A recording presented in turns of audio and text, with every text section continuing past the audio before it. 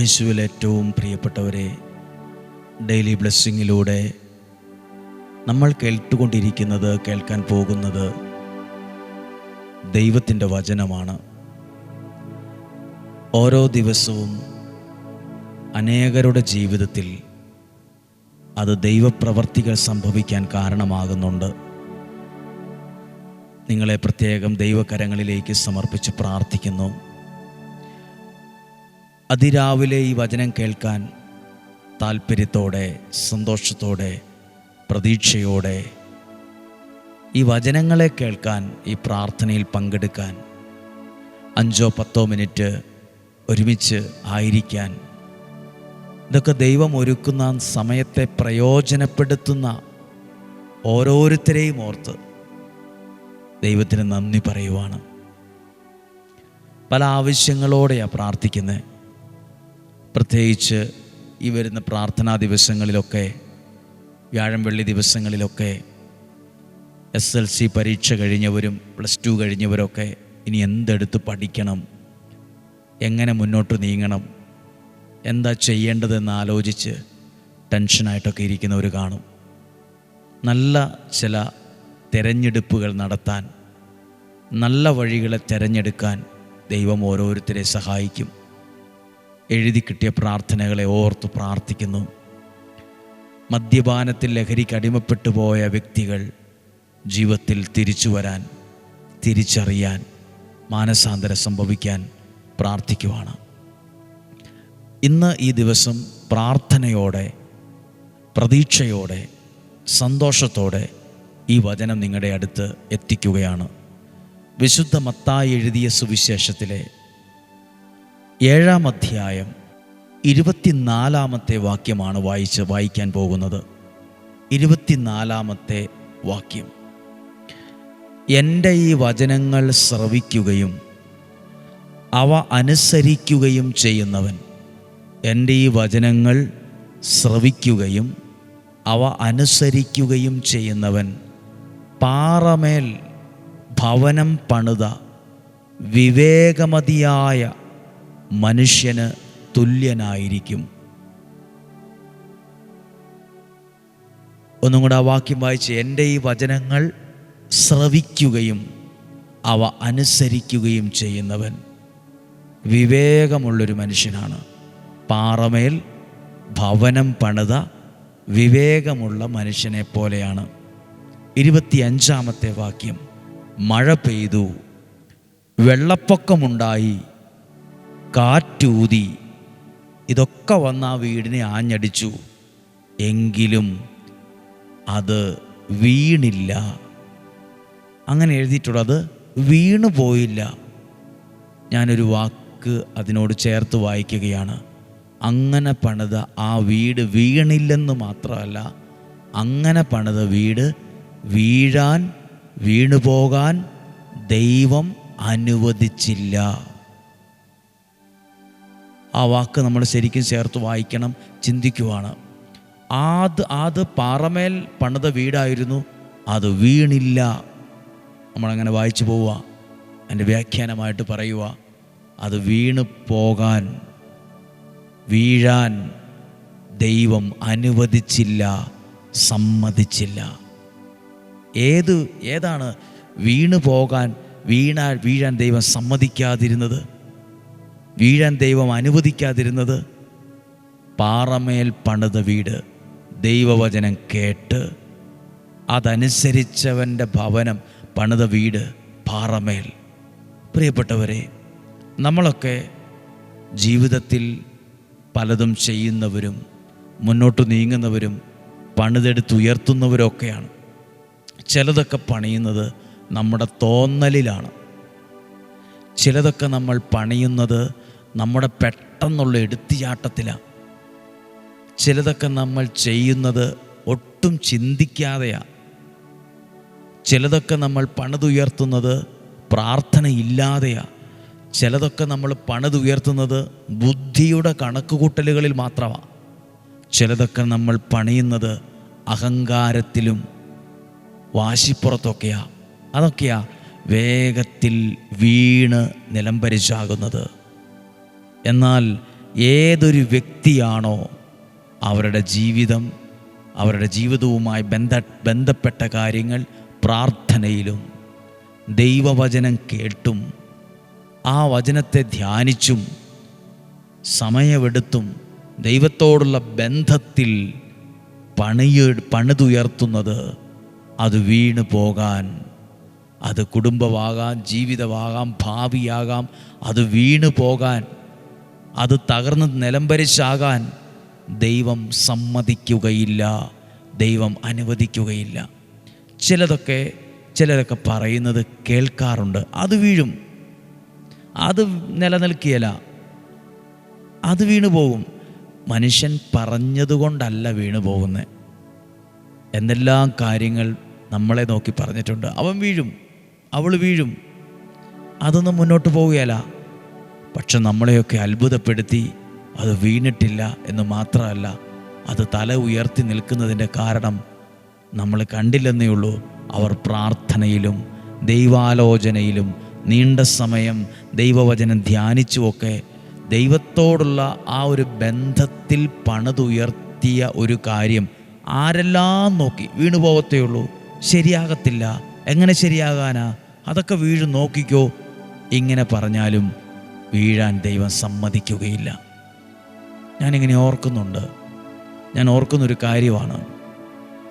ഒരു വ്യക്തിയുടെ വിവാഹം നടന്നപ്പോൾ ചിലർ പറയുവാണ്, ഇത് മുന്നോട്ട് പോവുകയില്ല, ഇത് ഭയങ്കര പ്രശ്നമാവത്തേ ഉള്ളൂ എന്ന് പറയുവാണ്.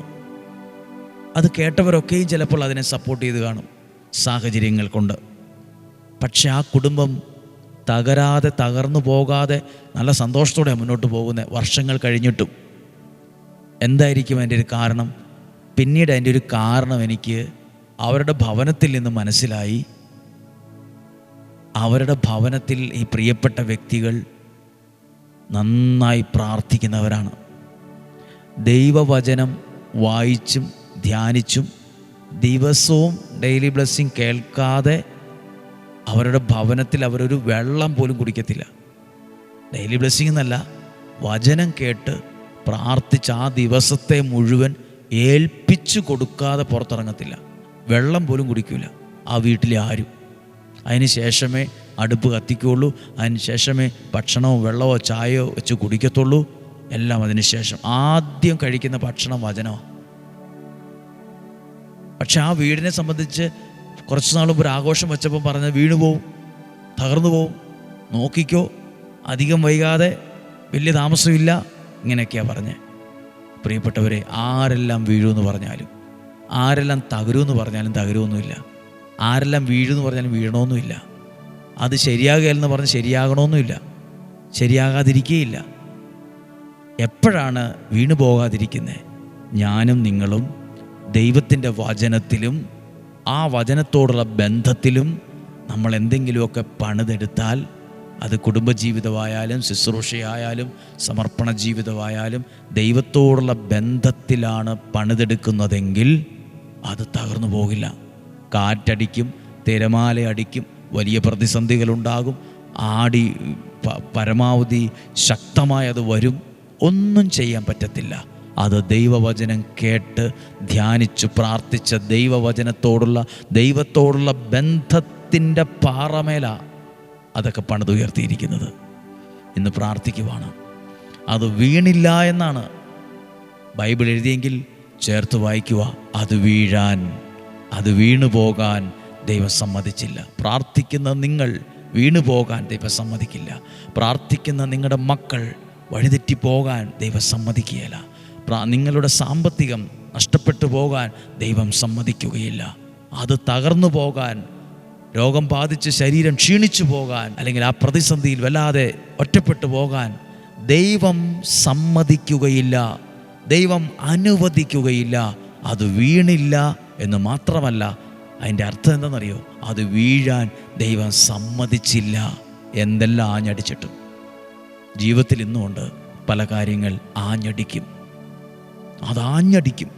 നല്ല വിഷമവും വേദനയും പ്രതിസന്ധിയും ഒക്കെ വരും. നമുക്ക് തോന്നും പോകുമെന്ന് തോന്നും, കൈവിട്ട് പോയല്ലോ എന്ന് തോന്നുകയുള്ളൂ. കൈവിട്ട് പോകില്ല. കൈവിട്ട് പോകാൻ ദൈവം സമ്മതിക്കുകയില്ല. തകർന്നു പോകാൻ ദൈവം അനുവദിക്കത്തില്ല. പ്രാർത്ഥിക്കാൻ പോവുകയാണ്. കർത്താവേ, അങ്ങയുടെ വചനം കേൾക്കുന്ന ഓരോ വ്യക്തികളെ അനുഗ്രഹിക്കണമേ. പ്രിയപ്പെട്ടവരെ, വെള്ളിയാഴ്ചത്തെ പ്രാർത്ഥനകളൊക്കെ നടക്കുന്നുണ്ട്, വ്യാഴാഴ്ച പ്രാർത്ഥന നടക്കുന്നുണ്ട്. ഓരോ ദിവസത്തെ പ്രാർത്ഥനയും ഓരോ സാക്ഷ്യങ്ങൾക്കാണ് കാരണമാകുന്നത്. വെള്ളിയാഴ്ച പ്രാർത്ഥനയിൽ അവധിക്കാലമാണ്. നിങ്ങളുടെ പിള്ളേരെയൊക്കെ പറ്റുവാണെങ്കിൽ അവരെയൊക്കെ ഒന്ന് കൊണ്ടുവന്ന് പ്രാർത്ഥിച്ചു പോകുന്നത് നല്ലതാണ്. നിർബന്ധമൊന്നുമല്ല, സാഹചര്യം പോലെ. ദൈവത്തിൻ്റെ പ്രചോദനം നിങ്ങൾക്ക് ലഭിക്കുന്നുണ്ടെങ്കിൽ പ്രാർത്ഥിക്കാൻ വരിക. വെള്ളിയാഴ്ചകളിലൊക്കെ, വ്യാഴാഴ്ച കൂടി പ്രാർത്ഥിക്കാൻ ആഗ്രഹമുണ്ടെങ്കിൽ ഓരോ ഡെയിലി ബ്ലെസ്സിങ്ങിൻ്റെയും പ്രാർത്ഥനകൾക്ക് കഴിയുമ്പോൾ യൂട്യൂബിൽ തന്നെ 4-5 നമ്പർ, ഔദ്യോഗിക നമ്പർ കൊടുക്കുന്നുണ്ട്. അതിൽ വിളിച്ച് ബുക്ക് ചെയ്ത് പ്രാർത്ഥനയോടെ വരിക. ഒരനുഗ്രഹത്തോടെ മടങ്ങാൻ പറ്റും. പ്രാർത്ഥിക്കുകയാണ്. നമ്മുടെ കർത്താവ് ഈശോ മിശിഹായുടെ കൃപയും പിതാവായ ദൈവത്തിൻ്റെ സ്നേഹവും പരിശുദ്ധാത്മാവിൻ്റെ സഹവാസവും നിങ്ങളോട് കൂടെ ഉണ്ടായിരിക്കട്ടെ. നിങ്ങളുടെ കുടുംബത്തിൽ, നിങ്ങളുടെ യാത്രകളിൽ, നിങ്ങളുടെ തീരുമാനങ്ങളിൽ, ഇടപാടുകളിൽ എല്ലാം ഉണ്ടാകട്ടെ. രോഗങ്ങൾ, അപകടങ്ങൾ, ദുർമരണങ്ങൾ, മൂപ്പെത്താത്ത മരണങ്ങൾ, അപകടങ്ങൾ, ചതികളിൽ നിന്നും, വഞ്ചനയിൽ നിന്നും, നിരാശയിൽ നിന്നും, കുറ്റബോധത്തിൽ നിന്നും, ശരീരത്തിൻ്റെ അകവും പുറവും എല്ലാത്തരം രോഗങ്ങളിൽ നിന്നും ഞങ്ങളെ സൂക്ഷിക്കണമേ, സംരക്ഷിക്കണമേ. ദീർഘായുസ്സും ആരോഗ്യവും തരണമേ, സമാധാനവും സന്തോഷവും തരണമേ. ഞങ്ങളുടെ കുടുംബം, ഞങ്ങളുടെ അയൽവാസികൾ, ഞങ്ങളുടെ കുടുംബക്കാർ, ദേശക്കാർ എല്ലാവരും അനുഗ്രഹിക്കണമേ. ഈ വചനം എല്ലാ വീടുകളിലും എത്താനിടയാകണം. വചനം എല്ലാ വീടുകളിലും എത്തണം. വചനം എല്ലാ വ്യക്തികളും കേൾക്കാനിടയാകണം. നിങ്ങളിലൂടെ ആരൊക്കെ വചനം കേൾക്കുന്നു, നിങ്ങൾ ആരൊക്കെയാണ് അയച്ചു കൊടുക്കുന്നത്, ആരുടെയൊക്കെ ജീവിതത്തിലാണ് വെളിച്ചം കൊടുക്കാൻ തയ്യാറായത്, നിങ്ങളെയും ദൈവം സമർത്ഥമായിട്ട് അനുഗ്രഹിക്കട്ടെ. വചനം കൊടുക്കുമ്പോൾ, ഷെയർ ചെയ്യുമ്പോൾ അസൂയയില്ലാതെ, സ്വാർത്ഥതയില്ലാതെ ആ വചനത്തെ കൊടുക്കുക. എന്നേക്കാൾ അധികമായി മറ്റൊരാൾ അനുഗ്രഹിക്കപ്പെടട്ടെ. എന്നേക്കാൾ അധികമായി എൻ്റെ പ്രിയപ്പെട്ടവർ അനുഗ്രഹിക്കപ്പെടട്ടെ.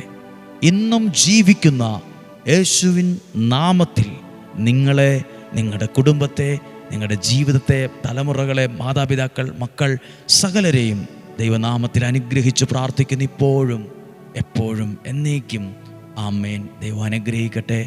നല്ലൊരു സന്തോഷമുള്ള ദിവസം നിങ്ങൾക്ക് ആശംസിക്കുന്നു. സന്തോഷത്തോടെ ആയിരിക്കുക, പ്രാർത്ഥനയോടെ ആയിരിക്കുക. സാധ്യമായവർക്കൊക്കെയും അയച്ചു കൊടുക്കുക. പറ്റുന്നവരൊക്കെ സ്റ്റാറ്റസ് ഇടുക, പറ്റുന്നവരൊക്കെ അതെല്ലാ ഗ്രൂപ്പുകളിലും ഷെയർ ചെയ്യുക. ചിലരുടെ ജീവിതമൊക്കെ ദൈവവചനത്തിലൂടെ അനുഗ്രഹമായി തീരട്ടെ. നാളെയും 5:30 ഒരുമിച്ച് കാണണം, ഒരുമിച്ച് കേൾക്കണം. ഒരുമിച്ച് കാണുന്നത് വരെ സ്വർഗത്തിലെ ദൈവം, വലിയവനായ ദൈവം, സർവശക്തനായ ദൈവം എന്നെയും നിങ്ങളെയും ഉള്ളംകൈയിൽ എന്ന പോലെ പൊതിഞ്ഞ് സൂക്ഷിക്കട്ടെ. ആമേൻ.